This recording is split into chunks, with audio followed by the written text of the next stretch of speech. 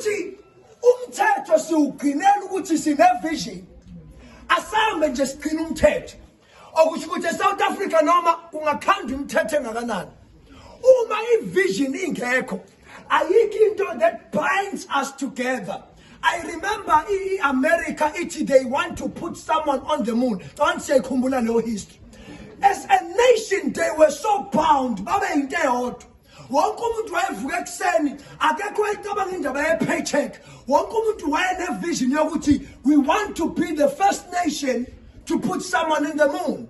So yonke into ene order akekho ayicomplaina ngesikhathi sokufika emsebenzini, akekho ayicomplaina ngesalary, akekho ayicomplaina ngezimo zempilo because they had one mind. They had a vision. Sengivala bengizothi lo mbono nawo mfundi ungavumeli ukuthi kube khona umuntu ozokunikeza omunye umbono. A writer says to kill a man's vision, you must give him another vision. In order for me to destroy your vision, uze ngibulala umbono wakho njengoba ula esikoleni, uzofunda unombono okushintsha isimo ekhaya. Ukuze destroy that vision, my sister, ngizofika nenye vision.